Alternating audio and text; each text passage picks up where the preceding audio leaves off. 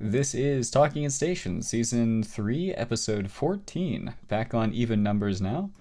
I am Artimus Albosa, a member of Pandemic Horde. Joining me today, we have Ron USMC, a member of Test Alliance Please Ignore. Hey guys, good to see you again. Also on the show with us today, we have Silver Suspiria, a member of Federation Uprising. Hey everyone, we're a little bit exhausted today in Legacy Co, so bear with me. We'll be talking about why that is a little bit later on in the show. And also joining us today, a member of the crew, but one you don't often see on the stream, Exonfang, a member of Free Range Chickens, or you may know them by Fwedet, the main corporation. Hey, how's it going? Happy to be on the show today. Happy to have you. And we're also happy to have our very special guest. He may be queuing up by a different name if our Discord bot works for the stream, but you may know him as Globby. He's currently a member, or at least that tune is a member of Gimme, but you probably know him from his exploits with code. Hi.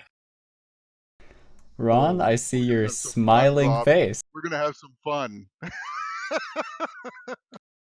Well, let's jump right into it. Globby, we have a lot of stuff we want to talk about today, but you provide a very unique perspective that doesn't really hit the spotlight of the EVE community very often. In fact, it's often in the shadows and sort of cast away as the thing those other people do that we're angry about. So can you shed some light on high-sec ganking, what it is, why you do it? Yeah, sure. So, high-sec ganking is basically killing people before the police catch up to you. That's pretty much what it is. A lot of these targets are things that can't fight back on purpose because we don't like fair fight. So we primarily target industrials because they can't fit high slots, freighters because they can't fit mid slots or high slots, and mining ships. They can't fit guns or missile launchers, and the drones that they do have do very little damage. So we like to target those a lot. And most of the ships that we use are like high DPS ships with no defenses because like if our targets can't shoot at us, we don't really need defenses. So some ships only take like one person to gank. Like I can sit in Jita with a Thrasher and kill day one old players in their pods like over and over again, and it's like really easy. That's awesome. That's but great. other ships like freighters, they take a lot more people, and especially like during Burn Jita events, Goon Swarm, all their players have like really low skills, like personally and in game. So they use these coercers that like take bare minimum fittings, and sometimes it takes them like 150 characters to kill a single freighter, which is quite honestly pathetic. But yeah. Wow. What else? Oh, why do people gank? Yeah, good point. About half of the gankers, I would say, care about profit as a reason for ganking. Um, it's about right. The rest don't care so much. The rest probably only use profit as a means to justify their playstyle. Most of them do it for fun. As fun as shooting a defenseless ship can be. Trust me, it's a lot more fun than you think. And the big kill males, like one of my good friends, Benji, just killed a 96 billion Sharon the other day. And I'm so proud of him. I taught him everything he knows. And the raging tears, like when people like freak out at you and send you Eve mails, like 40 Eve mails, and they think they blocked you, so they start creating accounts to send you 40 more Eve mails, and they think you blocked them, and they make another account and do it over and over. Yeah, it's just getting that kind of negative attention is great, especially when people make Reddit threads about you. That really does something for me. People get salty. You live off the salt, and then you live off the ISK. So that's a big thing. And we were talking a little bit before the show, actually, a bit in text chat and also a bit on comms, about specifically the people who try to make ISK via ganking. And apparently there's been some mechanics and some changes to mechanics that affected ganking that nobody really expected. But it really does affect sort of the bottom line for those of you who are trying to make ISK out of ganking. Specifically, my mind goes to the changes to Rec HP. What was the deal with that? Well, CCP thought it was a good idea to make it so Rex weren't instantly one-shotted by people, which applies to more than just high sec, right? I mean, people would frequently just shoot Titan Rex as soon as they would die, and you couldn't loot anything out of it, right? They would just, I mean, they still kind of die really quick now, but they used to have 500 HP no matter what ship it was. So freighters carrying 40 bill in loot would just instantly get shot and killed by one griefer. I would say he's griefing the griefers in a 1 million ISK ship, right? And so CCP decided that, hey, let's remove that from the game, and also let's make freighters almost 50% more tanky because. And so this little thing that really had nothing to do with ganking caused ganking to get so much more difficult. And really, their whole point of changing this and buffing freighters was that CCP Fozzie himself said that he had to pair up nerfs and buffs in order to keep ganking stabilized or keeping it even. And I'm totally not seeing that from this 3-minute warp change. It's pretty evident that they're just straight up nerfing ganking in a much, much, much more significant way and absolutely doing nothing to buff our playstyle in return. Let's rewind the clock a bit. So the change you're talking about where you say they made freighters 50% more difficult to gank, you're referring there to the damage control changes, which happened a year, maybe a couple years ago. Basically, damage controls, you used to have 0% hull resist across the board, and the damage control was the only module in the game that affected your hull resistances, and it gave you a flat 60%, assuming it was like Tech 2.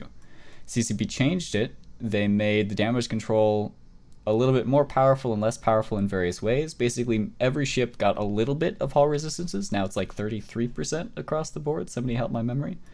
And then the damage control goes above that, but it's stacking penalized a little bit, or it's funky. But in any case, freighters benefited from suddenly having resistances on top of their massive pool of hull HP. And so that increased resistances meant increased tank, meant you have more HP to chew through on the freighters, and for the gankers who are trying to kill them with profitability in mind, it means you have to throw more ISK in order to kill this freighter, which isn't necessarily dropping more ISK in return. Right, and so, I mean, it basically came down to we need like 33% to 50% more ships, or not even some more ships, but we have to spend significantly more money because let's say, for example, we needed 10 catalysts to gank this ship before. Well, if we still only have 10 gankers to gank the same ship, we can't just get like 5 more guys just like that. We probably still only have the same 10 people we're ganking with. What we have to do is we have to upship to Talos, which doesn't linearly increase the amount of ISK we need. No, we're gonna like triple or quadruple the amount of ISK we need to be able to gank the exact same targets.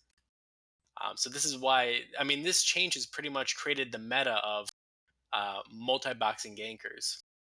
Before 2016, you hardly ever saw people outside of like 1 or 2 or maybe 3 special snowflakes multi-boxing these massive 20 account, 30 account ganker groups. And after that, it's pretty much the norm. It's pretty much mandatory if you're going to be ganking to have at least one guy running 15 DPS or 20 DPS. I mean, if you just look at the chat, the people talking, Jason Kujin has 22 DPS on a bad day, right? Benji Rachner has what? I think 20, right? I personally have 15.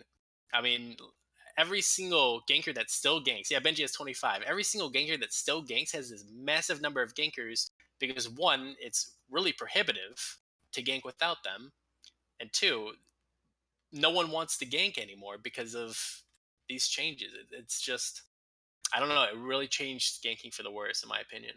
And that, I think, is a good transition into our next point of discussion, which are the most recent changes, the ones announced that are coming in September. I suppose they haven't hit the game yet, but it's a quality of life change, which is that ships will now automatically enter warp after 3 minutes of attempting to line and reach the required speed. It's worth noting that this is assuming they're not scrammed or have a doomsday timer or an MSA timer or anything like that. If they're unpointed, they're allowed to warp, but they're just being bumped or bumping on like a station model, for example. After 3 minutes, they will be able to warp away. that is the change. They're obviously looking to have discussion. They've talked about this for a while now, ran into some technical issues, but it's finally coming in September. This is the change. Now, Exxon, you did quite a lot of reaching out to folks to seeing who would be impacted and how it would impact them. Can you give us a quick TLDR of, apart from ganking, like who does this touch? How does it affect them? So these changes basically completely shut down bumping to ransom. So one of the things that people in high sec who are looking to basically exploit money out of people is to bump someone and somehow convince them to pay them to let them go or give them some of their assets to let them go or something to that effect. That is going to be basically impossible now because after 3 minutes, they're just going to be able to warp away, and it's not worth the effort to tackle them every 3 minutes to get that 3-minute timer to reset. I tried to reach out to a lot of different ganking groups and a lot of players who do ganking in general. The general consensus from their standpoint was that they thought it wasn't really going to affect people like Globby who are doing the big freighter ganking. From my personal perspective in low sec, it's definitely going to lead to some situations where maybe we would have caught a freighter in the past, but now can't because only having like 20 dudes available. If we catch a freighter 4 jumps out, chances are the person who catches them either can't stay on grid that long or can't bump them for that long now. So that kind of content is off the table for us for the most part, unless they're literally in our staging system.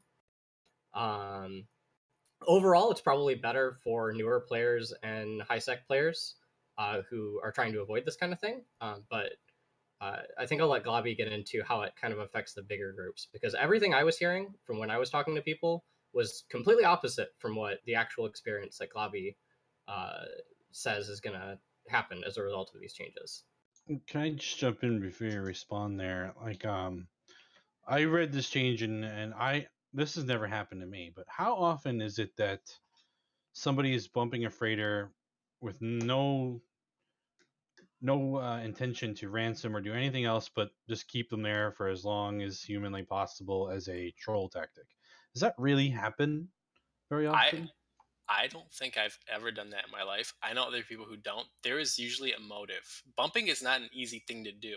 It is for like maybe me and like maybe one or two other people because we've done thousands, I'm not kidding, thousands of hours of bumping. We have no life. It's easy-ish for us, but for the vast majority of players it isn't. Like you are there Well, constantly manually piling when the other person, all they have to do is click warp and walk away. Right? If you don't see gankers in local, you can click warp and walk away. yeah, I mean, I've been bumped by Macarials. It doesn't seem that hard, You to would just think keep that, sitting there but and bumping. And right, and but they've bumped me for quite. I've been bumped for like 5-10 minutes, and that gets annoying. And usually they just go away after a while, or they try to scam me into like, having another person message me and say, "Hey, let me join your feed. I'll web you into warp," and then you die. That kind of thing. But like, some people have told me like, "Oh, Silver, this change is great because now people won't be able to troll bump," and I don't really know if that's really a thing. I can it's say from totally experience that like when I was a high sec miner, something that I would do is there was this little backwater system called Staget that my corp and I lived in, and anybody who wasn't in my corp who came there, we couldn't war deck them because they were often in NPC corp. So what we would do is we'd throw an alt and a stabber with a 500 mn micro warp drive and just bump them away from the rocks to get them out of our ice belts and say, hey, listen, we will not let you mine here. We can't shoot you, but we will bump you until you leave. We basically prevent you from doing your mining thing.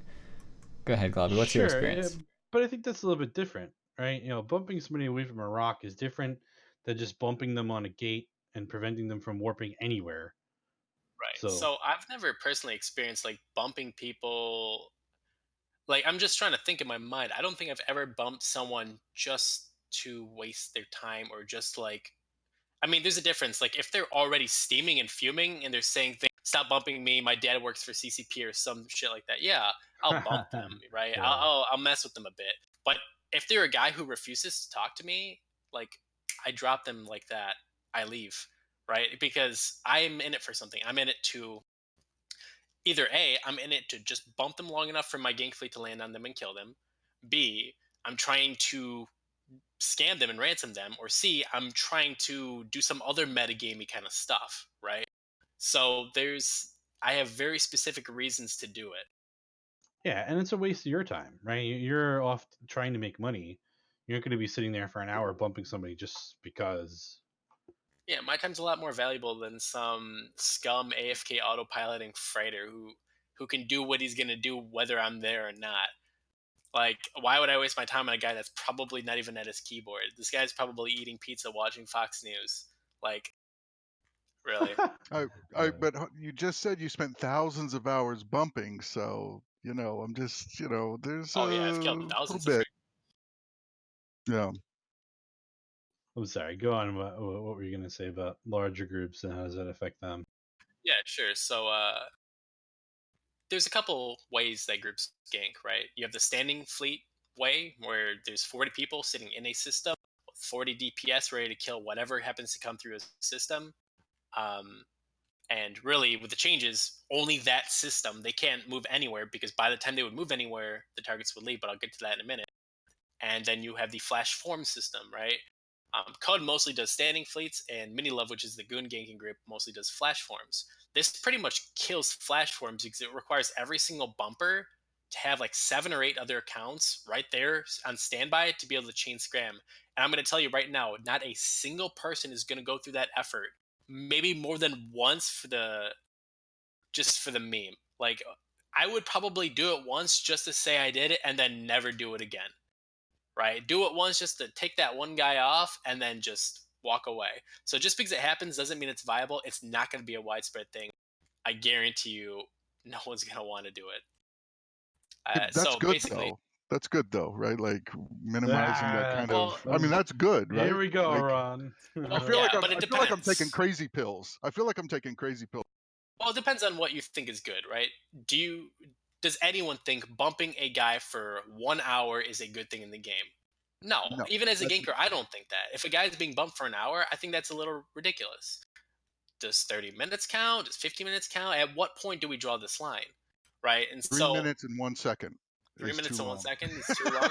and if you have that point of view, that's fine.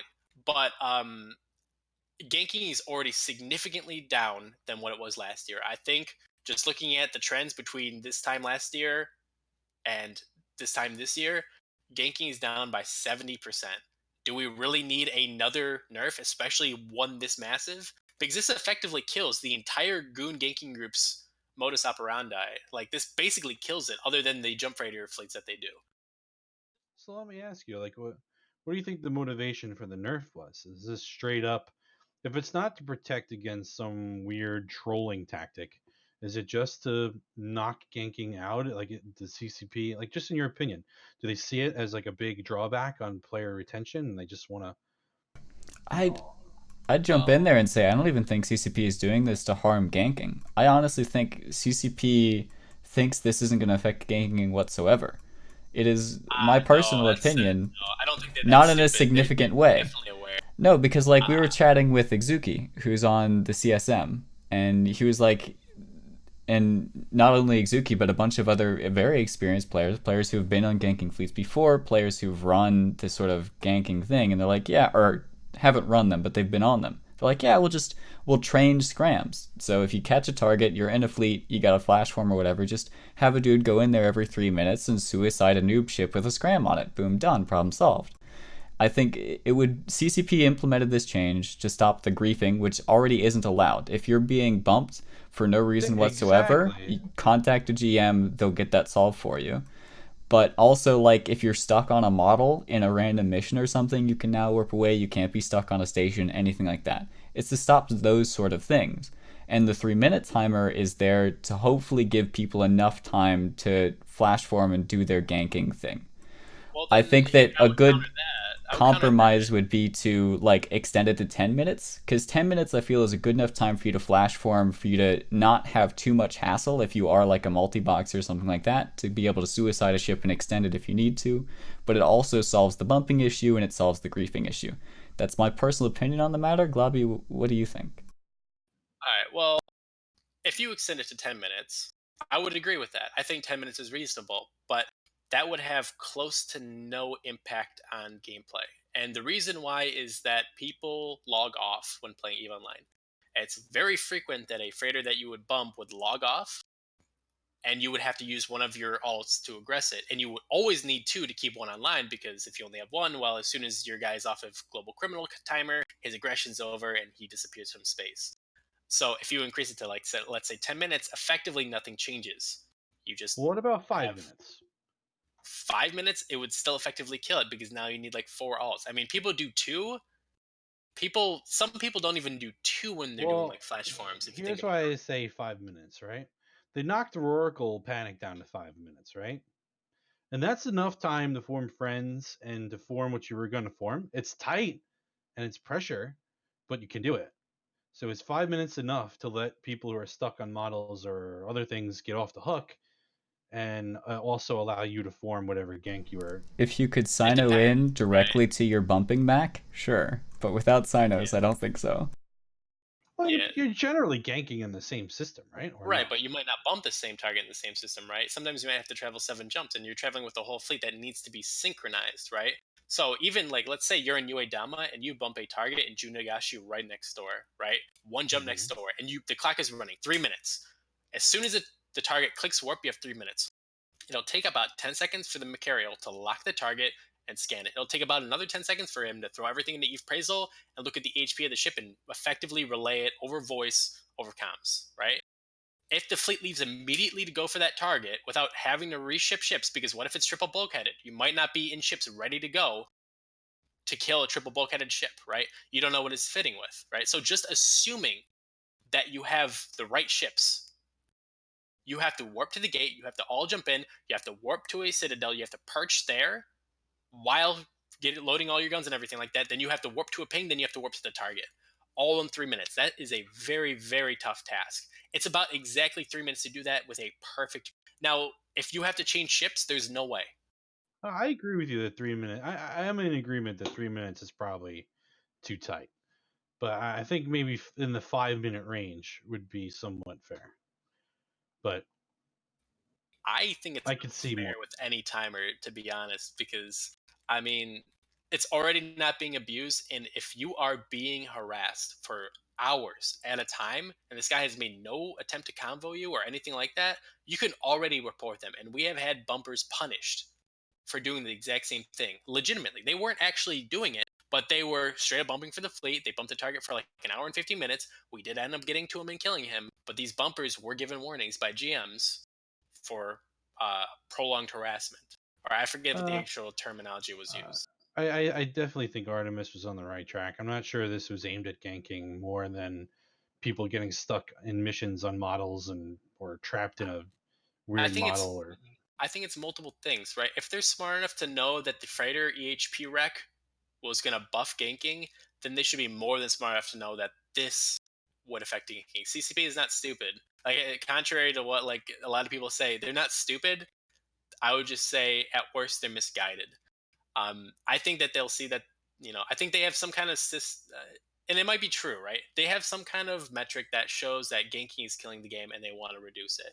And who knows? It might be, right? I don't have all their statistics. I don't have all their information. It might be. And so if it is, they would be smart to nerf ganking in some way. But I seriously doubt that, considering Eve's history and all the previous statistics that they've released, saying that if you're ganked in high sec, you're like 26% more likely to continue playing the game, right? All these different things that they've released in the past. We do have one clarification point, because I've tried to use the same argument before and I've been corrected. It is if you have entered conflict with another, or combat with another player. Not if you've died, or if you've been ganked, or if you've even fought or killed someone. It's like if you get shot at. That is the important bit. So ganking, any sort of modifiers onto that are unclear. It's if you get shot at. Other than that, like, one asterisk to that statement, because I know a lot of people get butthurt about it. Go ahead. Okay, that's not what I understood it as. But anyway, you're much more likely if you're involved in whatever kind of player interaction as a new player. And besides, new players aren't even the target of ganks anyway. Freighter pilots are piloting capital ships. They are not new players. It takes months to get into them, or hundreds of dollars injected into the game. These are not new players that are being targeted. These are people who've been playing for, at worst, months, 3 months, and at best, some of these people have been playing for 7 or 8 years and they don't know what they're doing.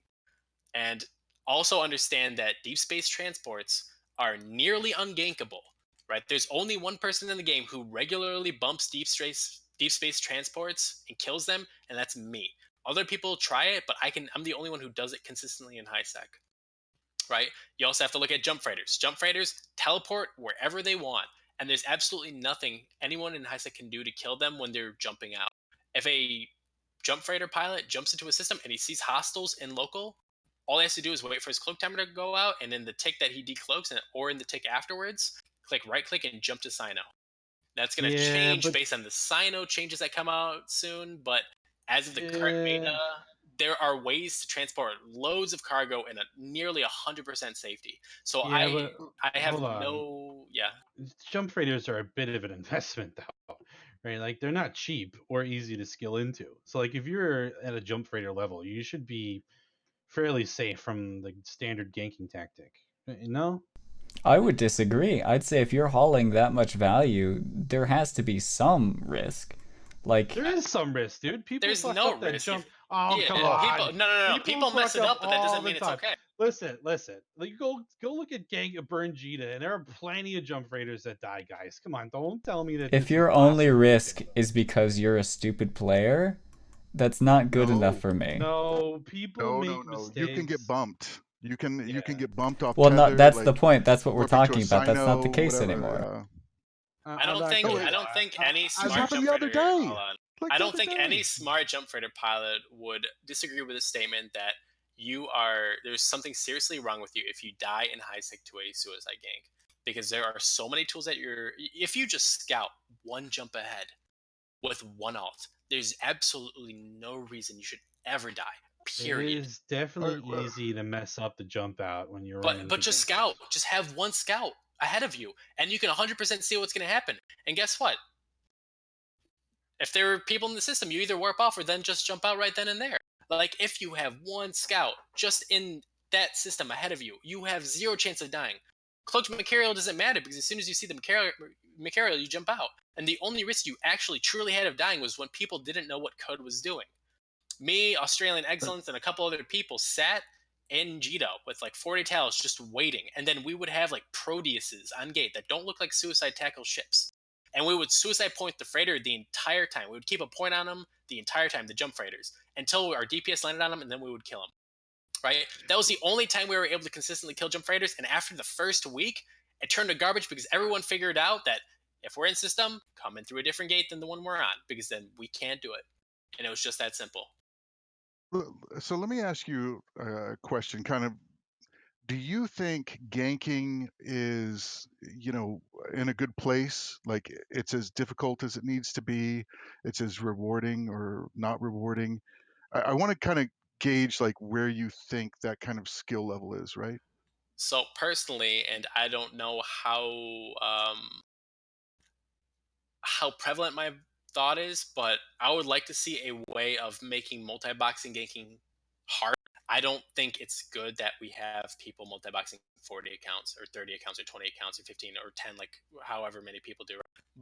That being said, I do think that there are a lot of problems to ganking. I don't think freighters should have nearly the amount of EHP that they do. I don't think that people should just be able to take loot, right? Because let's say I have a ganking fleet of 40 people and 7 support, right? Maybe 7 of the support of the 7 support, 2 or 3 of them are scouts. So I have like a core looting team of like 3 people and a bumper, right? All someone has to do to counter me is also have a bumper and 3 looters, right? And they have the exact same chance of securing loot as I do.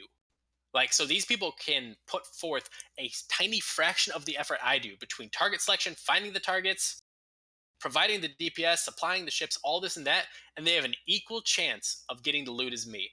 I find that horribly unfair. That's absolutely trash. I mean, there's some like irony to that, right? Yeah, there's some gankers who like straight up don't even play when like there's loot thieves in system. He'll just like log off because he's like, why would I spend all this effort, work so hard to do all this stuff, and then have one guy in his magnate steal like billions from me with no effort?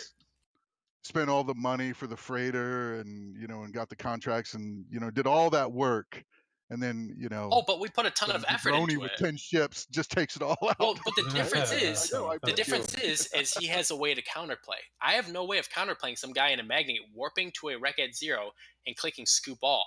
Because even if I catch him and kill him, which we do more than like 90% of the time, he still trashes 90, or half the loot in his cargo, right? If he scoops 5 bill, only 2.5 is going to drop on average, right? So he's still significantly damaging the amount of loot I get with 0 effort, right? And Yeah, Yeah, I mean, it's the same issue that people have running the trig incursions, right? And I understand. I could agree that that's a little bit overpowered. You know, I don't think people should be able to swoop in and grab loot like that. I would agree.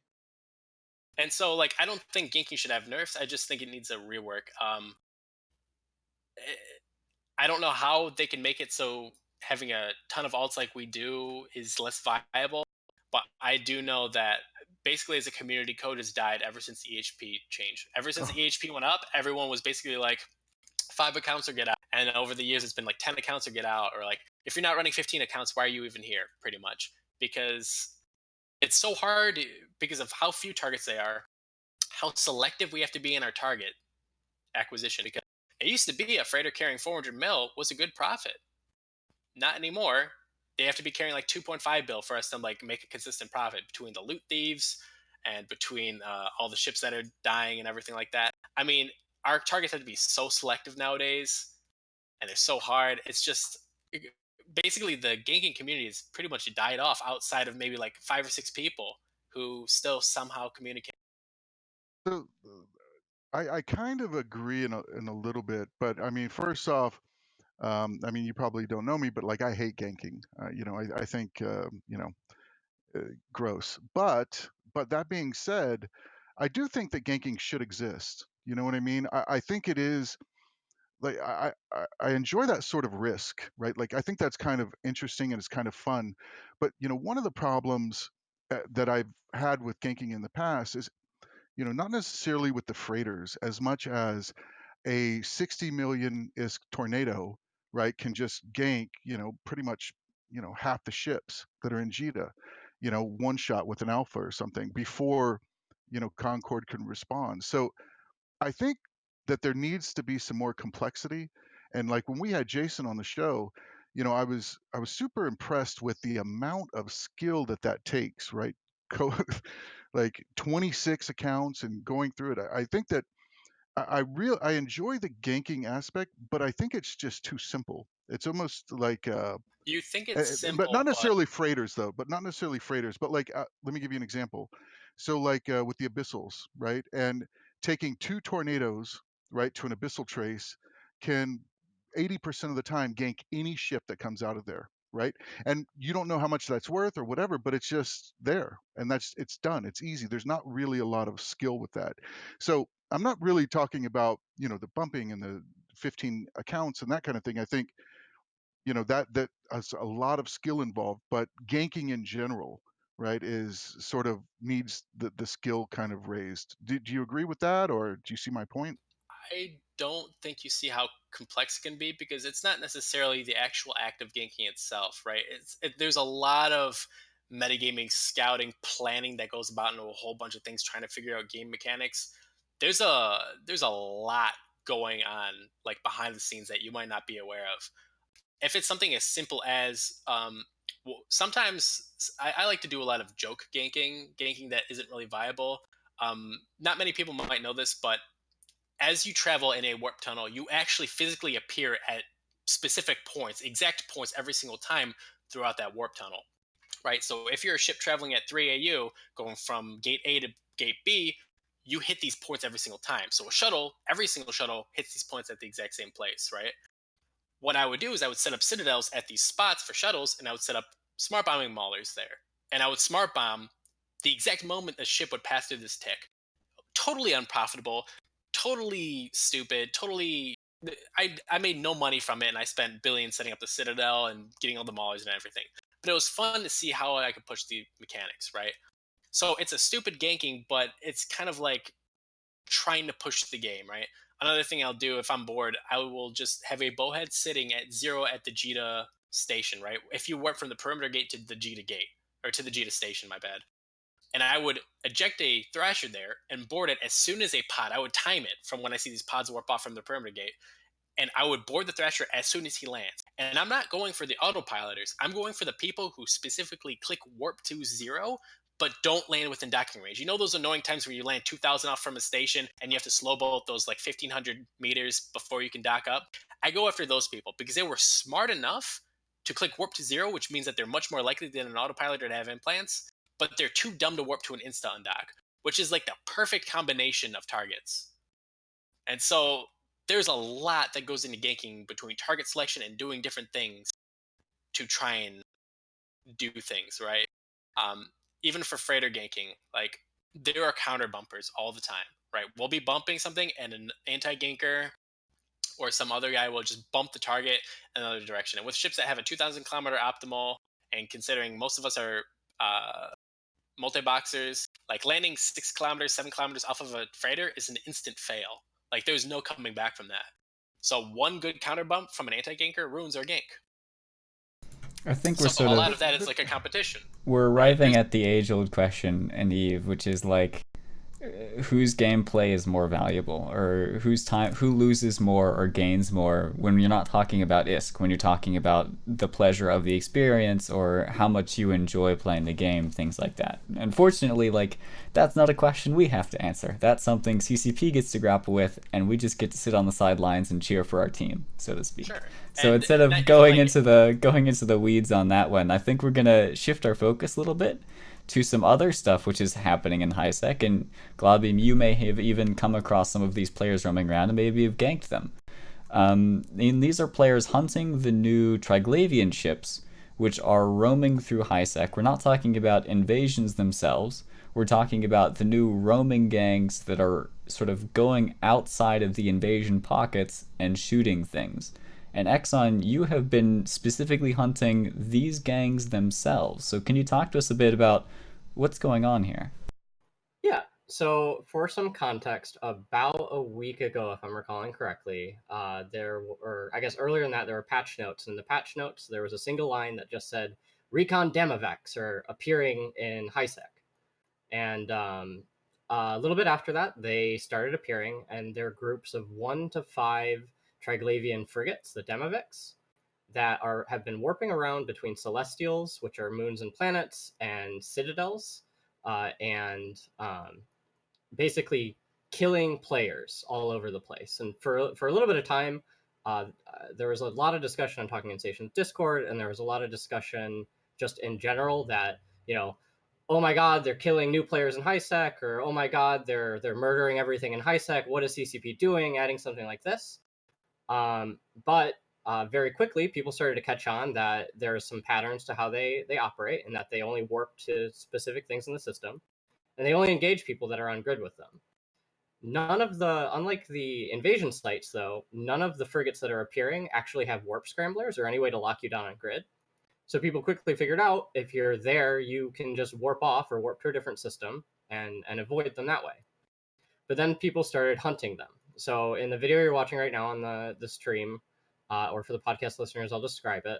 You're watching me go around and hunting these Recon Damaviks because you can descan them and hunt them down in the system. And since we know they only go to planets and moons and belts and citadels, knowing that information, you can go around descan, figure out where they are, warp to them, and then kill them. If you're in a cruiser, I have 2 fits I've been using. One's a Cinnable that's mostly hyperspatial rigged, just so I can warp around faster.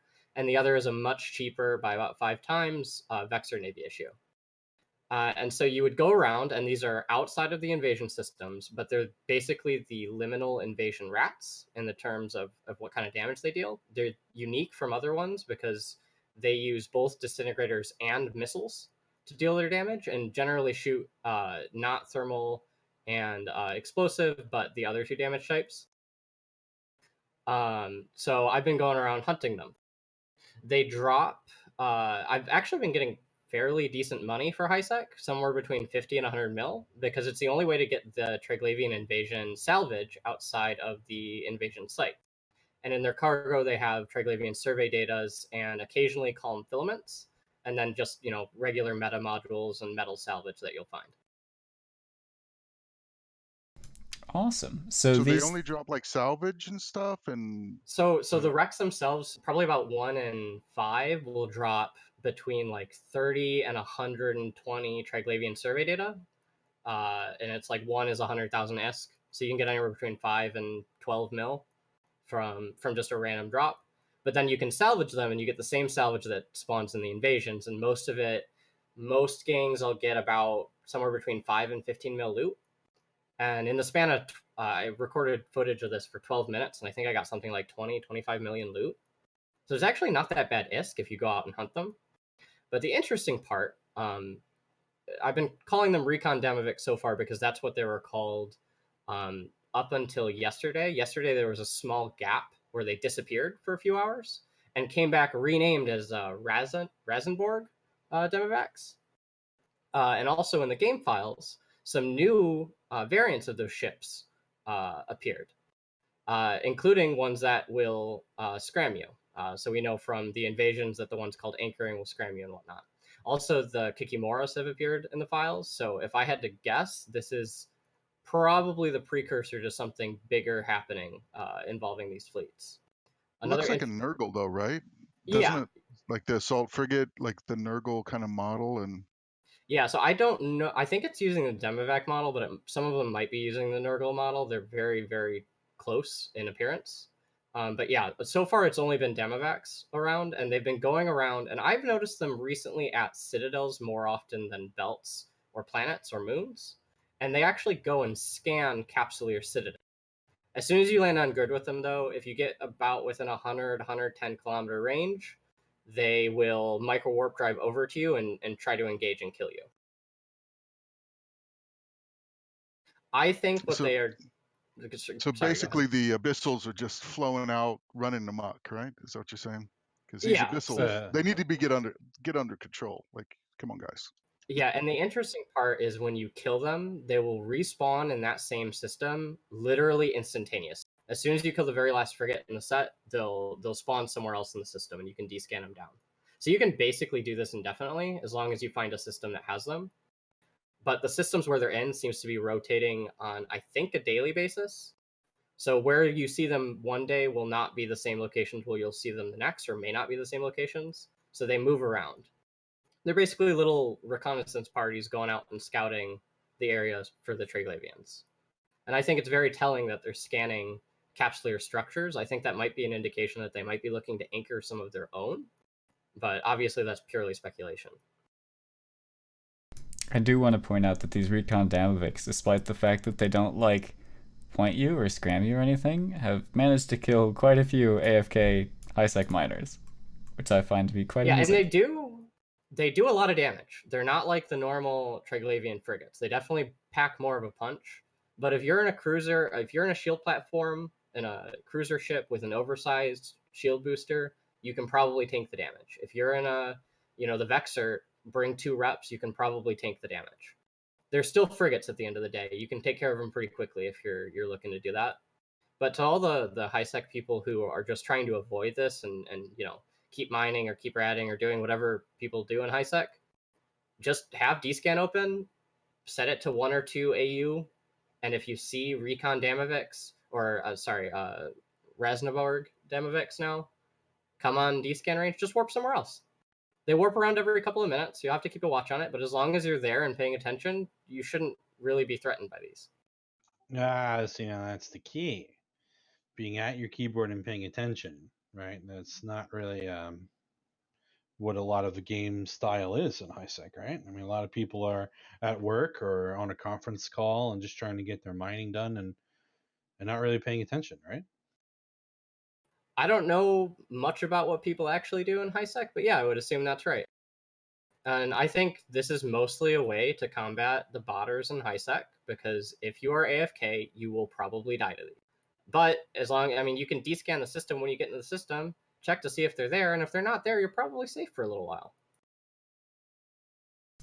All right, fair enough. You know what, let's continue talking about Triglavians, because there's some upcoming changes, or not changes, additions to the Triglavian lineup in the form of new implants that are coming out. And if I can pull up the image for those, essentially what those implants are is they are a pirate implant set, which means if you get the full set, it gives you extra bonus to what they give you.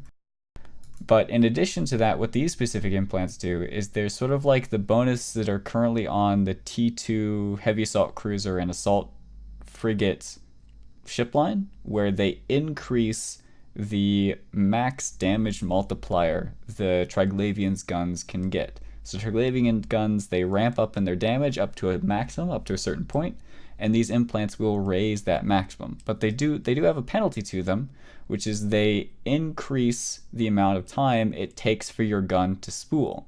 So your maximum goes up. In fact, it goes way up. Zuki did the math for us.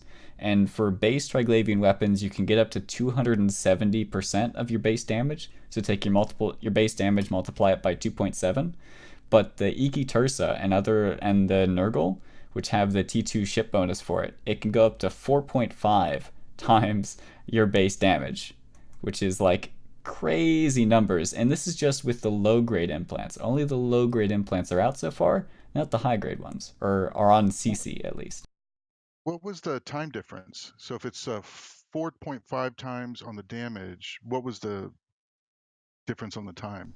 Looking at the implants themselves, it seems like the damage is matched with the time increase. So if it increases your damage by 1, it increases the time by 1. I'm going to go double check that on Hobo Leaks real quick for you.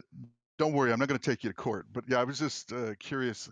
If it is just kind of like that, where it's like a 1-to-1, it's more like an endless kind of spool up. You know what I mean? Like that kind of thing. That's cool. I mean, I'm down. Actually, it looks like it's just a -1 for all of the time per cycle. So it could just be, would it double it when, I don't know the math. Somebody else who is smarter than I will do the math and figure it out. But in any case, like if you're bashing citadels or bashing pocos, I guess, like these implants plus you're a shack, you're gonna get some crazy damage. Actual warfare. Killing capitals. No. There you go. That's where my mind immediately sprung to. This is going to be way more effective if your target is capitals. It's also worth noting that people have looked through the build materials for the blueprints, and at least as they are now on CC, these blueprints have relatively low build cost for the implants themselves. The number I was quoted was for the Omega implant, which is usually the most expensive one in a pirate implant set. It only costs 60 mil to build. So the theory is the majority of the cost for these is going to be in the value of the blueprint in order to acquire the implant itself. In order to build it, you have to have the blueprint. And the theory is the value is going to be in the blueprint. Sort of like most pirate ships are in the game right now. So the question then becomes, are they going to be in the LP store for the DED LP store that you currently get the rest of the stuff through? Who knows? Are they going to drop as loot? We don't know yet. Hey, you guys hear that? Hear what? Inner Hell's cheering for these implants. Yeah, they're definitely cheering. Inner Hell Iki Tursa fleet is legit scary. Have you been hit by those down south, Ron? Have you guys had the Iki Tursas hit you? Yeah, absolutely. How is it fighting those things? Surely you jest, sir. You jest. There's no smile on my face. How are they? How's it going? Sounds fun, right? Well, I mean, Inner Hell is scary by themselves. Yeah. You know, you give the damn guys some Taloses, and they'll be scary. But you give them like these damn Lokis or like the Ickies, like it's just sick. Like, there's very few groups that we see like, hey, put the player in the intel, right? What group are they, right? If it's Inner Hell, yeah, undock, everything's undock. Let's go. We gotta go. Yeah, they're my heroes. Fair enough. All right, let's roll through here some more changes coming in September, at least ones that have been announced. The CC ones, those implants and stuff, they've hit CC. We don't know when they're coming yet because there's no dev blog. But other things coming, which you should be pretty excited for if you work with new players. There's been some stuff added to the fitting window. We talked about previously community fits are coming to EVE Online, which is a pretty cool thing. It'll be in the fitting browser. But also now there's going to be a series of warnings that come up, and you can suggest some and give feedback on the current warnings that will be popping up for new players when they're trying to fit their ships, which is awesome. Like, that is one of the major roadblocks as far as complexity is concerned with EVE and starting out, is how do you fit your ship? So I think CCP is making some serious progress with this whole community fittings and also this fitting warning thing. That's pretty freaking cool. One other... Go ahead, Exxon. Yeah, I mean, I started playing 3 years ago, so my new player experience is pretty fresh in my brain, and being confused about fitting, and especially feeling helpless because you feel like you don't know enough to actually fit a ship properly. If every ship you've ever fit up until that point, someone has yelled at you for breaking one of the cardinal sins or something like that. So having a little pop-up that says, hey, you're mixing turret groups, or you're mixing turret sizes, or you've got offline modules, or you're dual tanking your ship, stuff like that is going to really, really help new players, and it's going to put the agency back on them rather than, I have no idea why this fit is broken or why people are telling me it's bad and just giving me new fits. They can actually be like, oh, why is mixing turret groups a bad thing? Why is it warning me about this? Yeah, agreed. Very good change. I would like to point out, none of these, so it'll give you an info pop-up if you're shield tanking an armor ship or armor taking a shield ship. There are no warnings for hull tanking your ships. No matter what ship it is, CCP confirms it's a good idea to hull tank it. Throwing that out there. You can suggest it in the thread. I made a No, suggestion. this is a good thing. No, hull tank all the ships. That's the way it should be done. Man tank it. Come on, guys. And you are pretty evil today, aren't you? Hey, my favorite ship is Zakate. You normally hull tank those.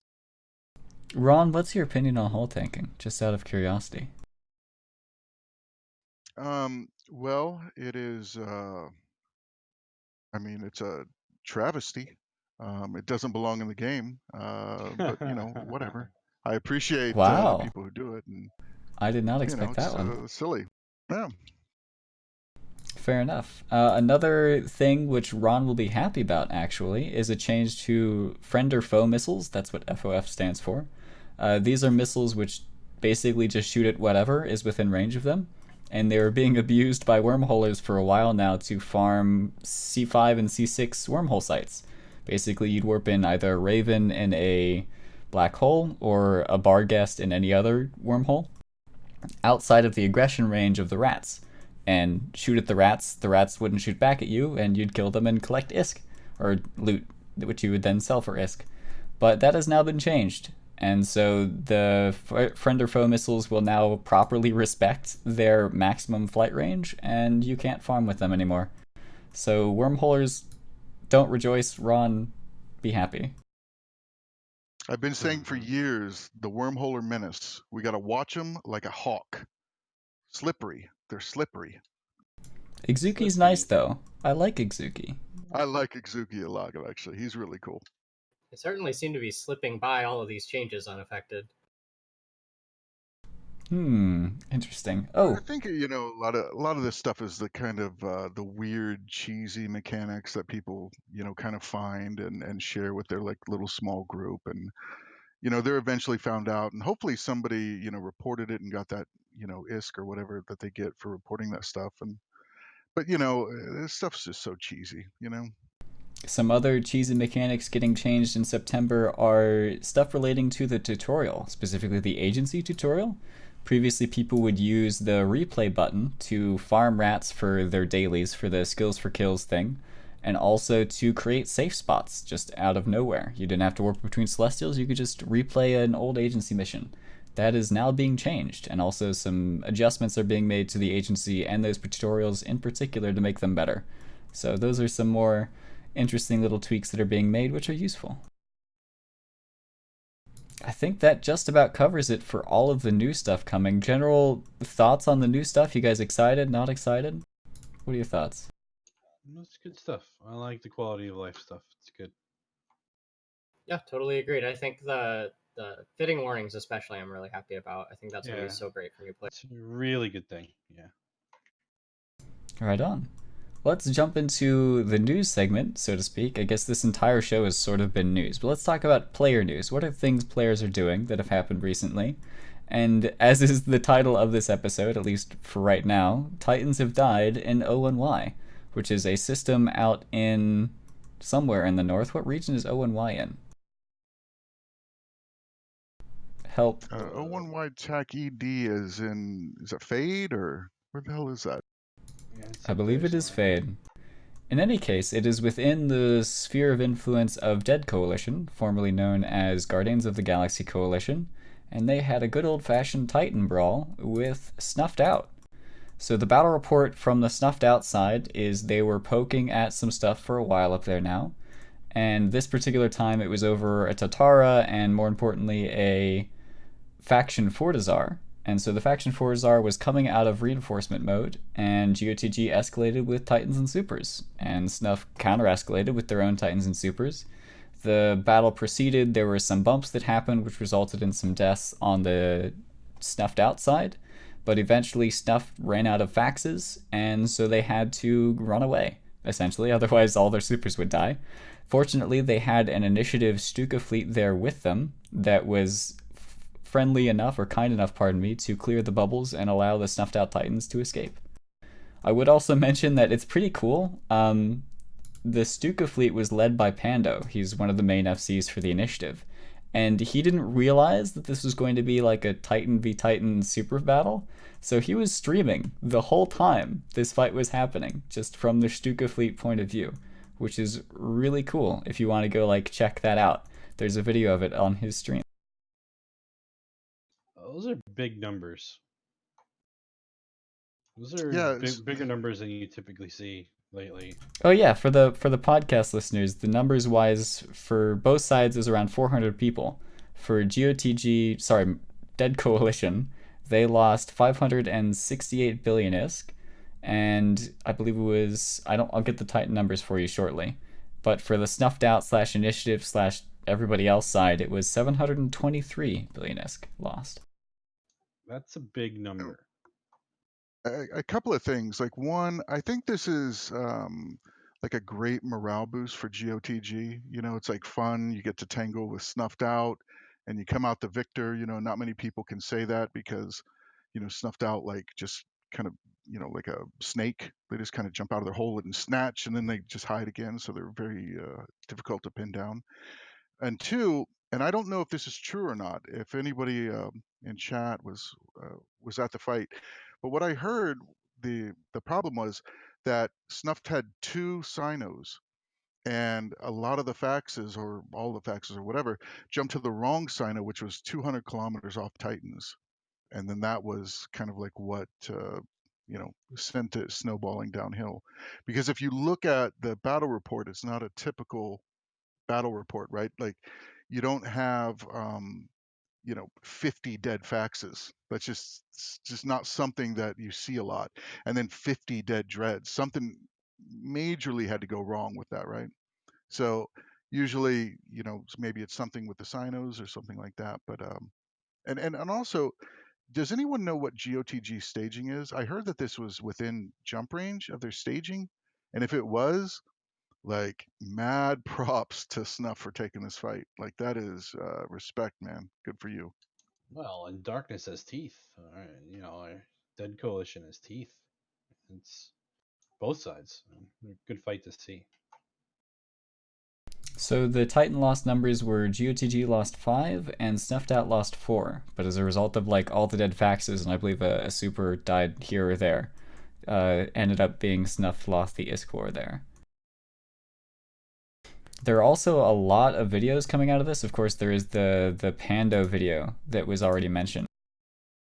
But there's also like some proper propaganda stuff. I know Snuff has quite a few good video production type folks, and so they have a video produced from their side. There's also I believe it was a GOTG member who has created a bunch of propaganda-y type stuff as well.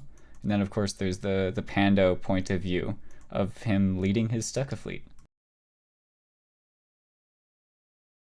So that is the thing which happened. It's really freaking cool.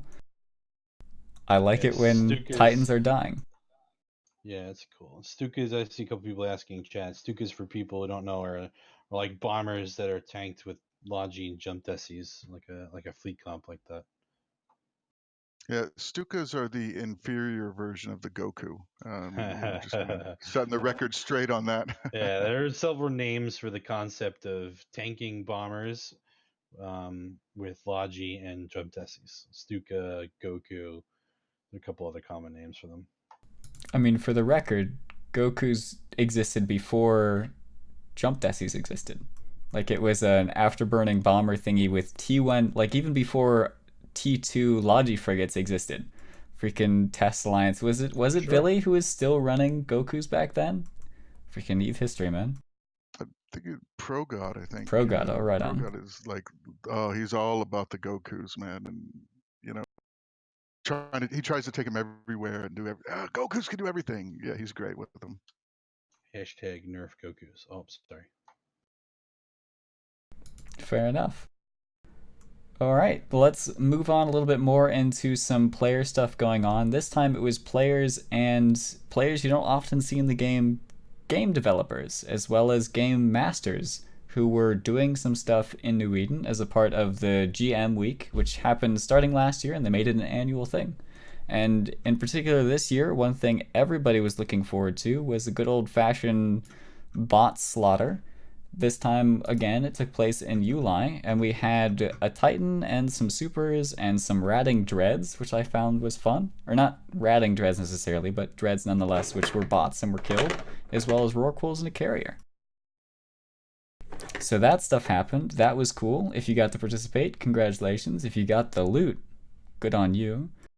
Also, a part of GM Week, we have the contest going on related to renaming an item description. This isn't like renaming an item proper. There's been some confusion on that, mostly on my part, but it's rather you can create a new item description for any item in the game, which is going to be interesting to see what players come up with. Do you guys have any ideas? Is there an item you would like to rename? I don't want to rename a particular item, but they really need to get overheating and overloading straight, because it's mentioned like differently in like every single iteration where it appears, and it drives me up a wall. It's like some ships have bonuses to overheating, some ships have bonuses to overloading. Which one is it supposed to be called? I have no idea.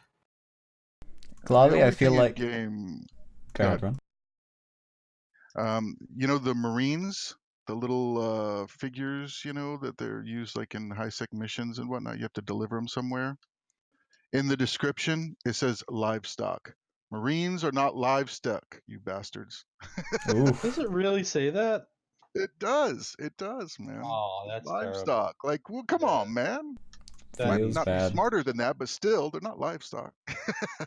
Globby, is there an item in EVE that is close to your heart that you would like to change the description for?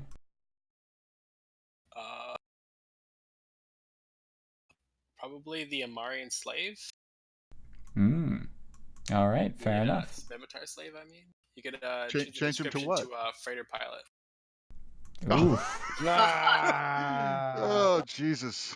Okay. All right, well, if you have any other interesting ideas for stuff that would be stuff that could be renamed, make sure you take care of that before August 29th. That is the deadline to submit your stuff. You know those bottom feeder things, the Fidos or Fedos or whatever? Oh, those things are cool. You could either change the name or add the description of anti-ganker to them. That'd be a good one too. Are you confirming that Code doesn't gank people with Fedos in their cargo? No. Oh, well, now I'm just disappointed. And we're going to move on to the AMA that the GM team did. It was a thing that they did on Reddit, which was awesome of them, and there was a comment that I wanted to highlight. So, EVE personality, Lord Carlos, also an Alliance Tournament pilot, all-around cool dude, asked the question, what is the most bizarre ticket you've ever had to deal with? And the GMs responded with some things. One of them, which I was especially a fan of, was this guy who submitted a ticket entirely as a poem. So his entire ticket, it was a legitimate ticket where he had lost a ship to a disconnect or something like that, but he submitted it as a poem. And I thought that was really cool. But not only did the player submit it as a poem, the GM responded as a poem. So I have a question. I'm going to steal a page out of the Declarations of War rulebook here. Would any of my co-hosts like to read either the GM or the player and read this poem for our audience? No, next question. Oh, Yeah. wow. Shut down. I think it's Dreams really cool, crushed. though. I think it's cool that the GM kind of played Yeah, along. That's fun, because that takes some thought and probably cheered them all up. All right, Ron, if you aren't going to read me a poem, give me an update on the Southern War. What's happening down there? Yeah, so, it's like a really chaotic day, but it's been super chaotic the past, probably 5 or 6 days. And what's really happened is, and everyone knows how iHubs work and how Sov works and all that. So troll toasting, right? PL has just ramped up the troll toasting to the next level, and now we have not all of Pandemic Horde, but Pandemic Horde partisans just came down this past week, and they've been getting in some fights. But the troll toasting, as well as Winterco, right? Like I know Elo's been doing it and stuff, and he's been taking his crew. But where you hit everything that's vulnerable within a specific time, you hit it all at the same time, and people, you can, as a response fleet, you can respond to that, um, but you won't usually have a large response fleet. And one thing that the northern guys have been doing, which is great, is they come down with like a strong fleet. They come down with like 50 munins and this other thing, and then that's what protects the troll toasting. So they caused a ton of timers, and today was really the first day that most of the timers came out. So, I forget, there's like 30, 25 or something, or 20 timers. We lost four iHubs today, which is funny if you look at, like Z-Kill or something. There hasn't been that many like this entire year. I mean, there's more than four, but I mean, there just hasn't been as much as like four would die in one day kind of thing. And it was just madness, right? And that's kind of the one of the interesting things about having different groups, because they have their own support networks. They don't rely on each other for anything. So while we're kind of in the mouth of Deterid there fighting Winterco, PanFam, or PL is down on the right side, hitting on the kind of the southern eastern side, and then on the northwestern side, we're fighting, Pandemic Horde partisans, or PHP as I call them, and you're fighting those guys over there. So it's been, very chaotic, right? I mean, Would command it comms are usually chaotic, but they were doubly so today. would it be accurate to describe this recent push as like a counteroffensive? Because from the outside, I'm not a member of the SIGs in Horde who are deployed down there. I'm not a member of Partisans, so I'm not actually taking part in any of this fighting that's going on. Just saying. Sorry, Ron, Well, you Silver, should and though. Joy. Like, it is But fun. I mean, you should. fair Yeah. enough. Maybe I'll join sometime. But in any case, it very much seemed like for the past week, month at least, it has been Test and Legacy and Fireco hammering down as hard as they could on the Sinojammer wall in Detrid. And you guys were making some legitimate progress. You were lowering ADM significantly. There were some Winterco like drama happening. From the outside looking in, it appeared some drama was happening over ratting that couldn't take place. There was a bunch of VNIs couldn't do their thing anymore to keep ADMs up. It really seemed like a breakthrough was coming up. It was about to happen. Legacy was going to make some serious progress into Detrid. But now they've called in some help. Partisans has deployed down. You've also got Pandemic Legion who've deployed. Maybe it's a contract, tinfoil hat. Maybe Pandemic Legion, mercenaries again. Who knows?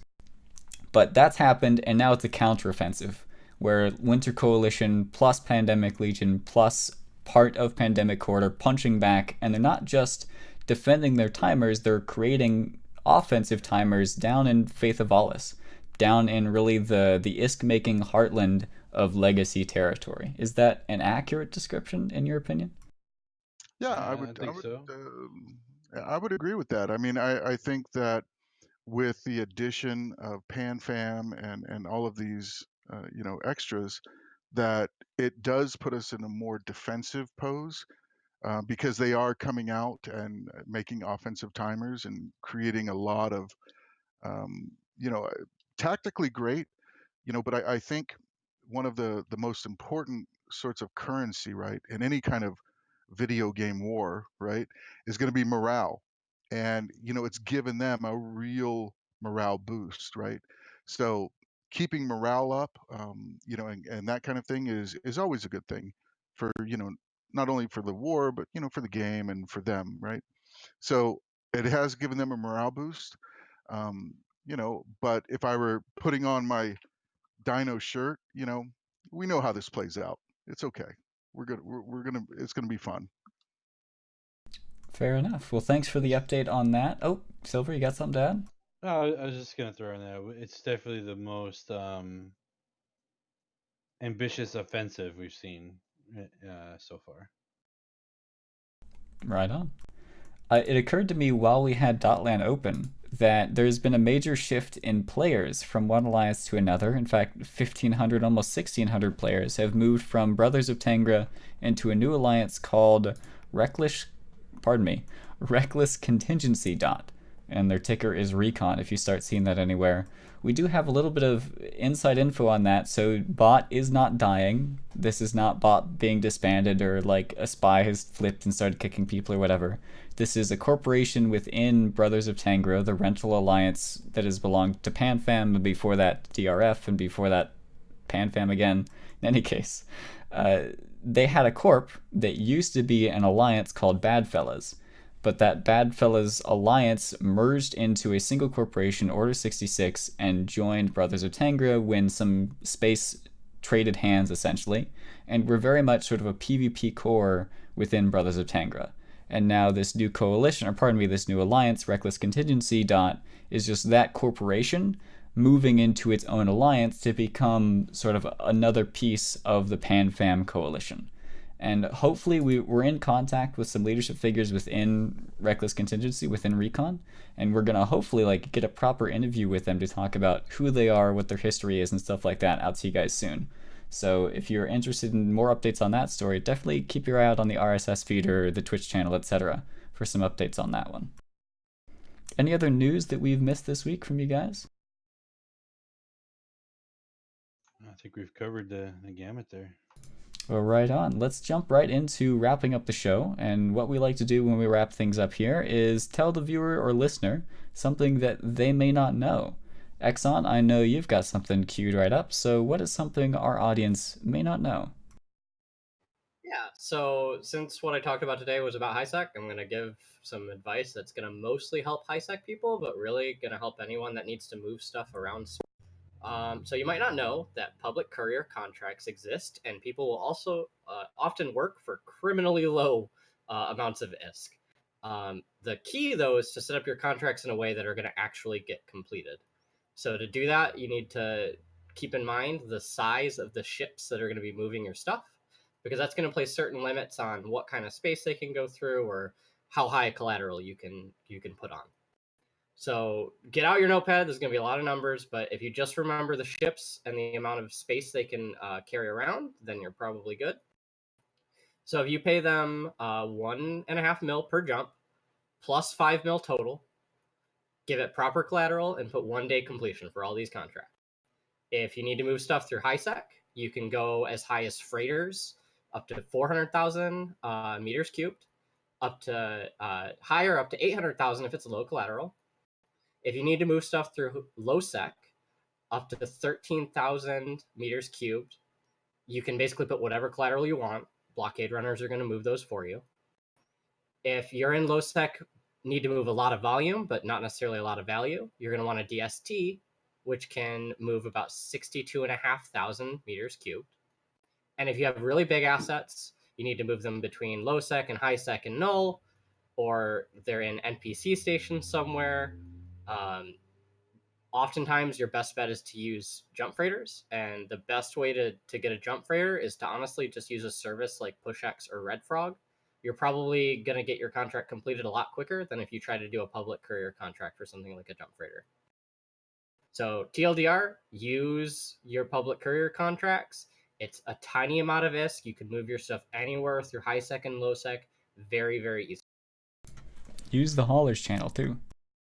Yep, the haulers channel. If you join that channel in game, it's literally just called haulers.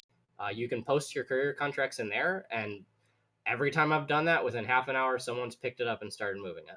And they also have like tools that you can use with recommended pricing and things like that if you don't want to take Exxon's word for it, although he's a trustworthy guy in my opinion.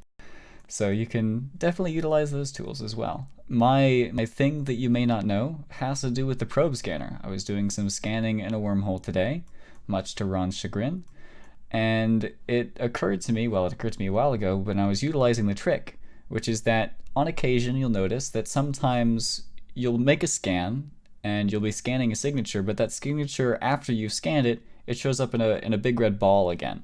And what this means is that only one of your scan probes has detected that signature. And so only within the radius of that scan probe, that single scan probe, which is a sphere, will the Eve client say, hey, there's a signature here. And the reason it's lying to you is because you actually have 8 probes in space, and they're set up in a super fancy formation to give you max coverage and stuff to do with geometry.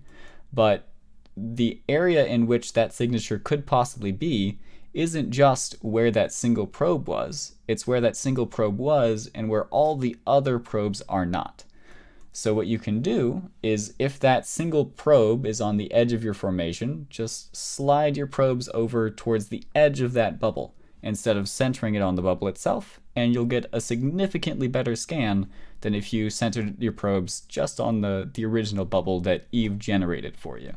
So if you're scanning a lot of signatures, you need to scan quickly, and you get that thing where it's just a single bubble, slide your probes a little bit further over than Eve would otherwise recommend.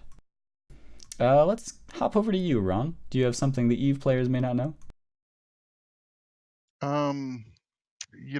If you download like ZS Overview, all the sort of overview presets and that kind of thing, you can export the overview file into a YAML file, which is really just a fancy text file, and you can open that with like Notepad++ or whatever, and then you can edit it by hand and add HTML tags to it. So you can add colors or fancy text or whatever, and then save it and then import it, and you'll have all those little fancy numbers and things in there. Right on. How about you, Silver? You got something that players might not know? Sure. In the vein of avoiding gankers or station campers, a lot of times people, when you undock, you're going to want to look for a insta dock to go to. Well, there's a trick to get back in the station too. So say you want to get into the station as quickly as possible so that your fancy blockade runner doesn't get blacked by the NATO that's sitting there, because there is sometimes a delay when you land and having to dock. What you can do is set yourself up an insta dock bookmark, right? That's a bookmark that's within the docking radius of the station you're warping to. And if you're going to come from a gate, just set the station you're going to dock at as destination, warp to the bookmark, and click autopilot.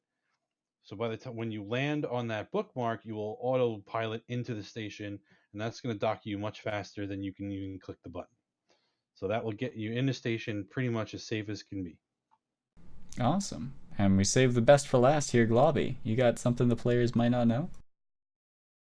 Yeah, so this one's a little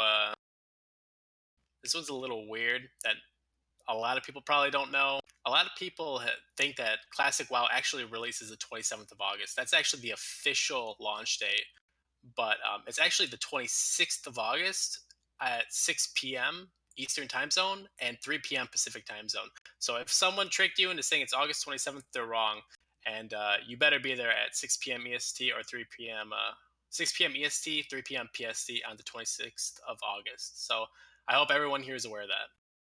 Fair I enough. have one last question for Globby. One last question. So, Globby, you sound like normal and intelligent and normal, and but you're posting on Reddit.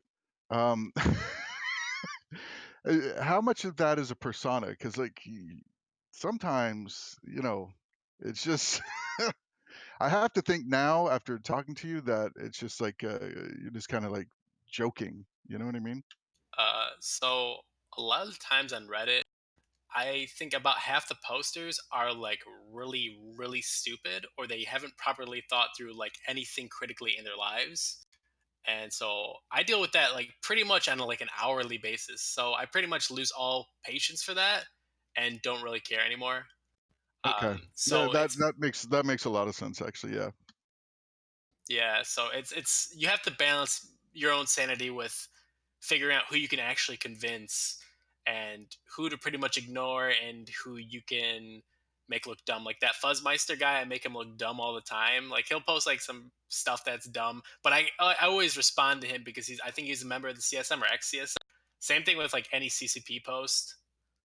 I always respond because not Falcon. Falcon was all right, but was that Lelouch guy, GM Lelouch or whatever? He's he's he's lost it. Other than that, though, All yeah, right. pretty much just running it as I see it. Right on, Well, man. sarcasm and witty comments aside, that'll be the end of this week's episode of Talking in Stations. You can catch us this Sunday at 1600 UTC or next week. If you want to catch the live show, we're at a new time. We're recording here right now Wednesdays at 23:59 Eve time. Stay tuned.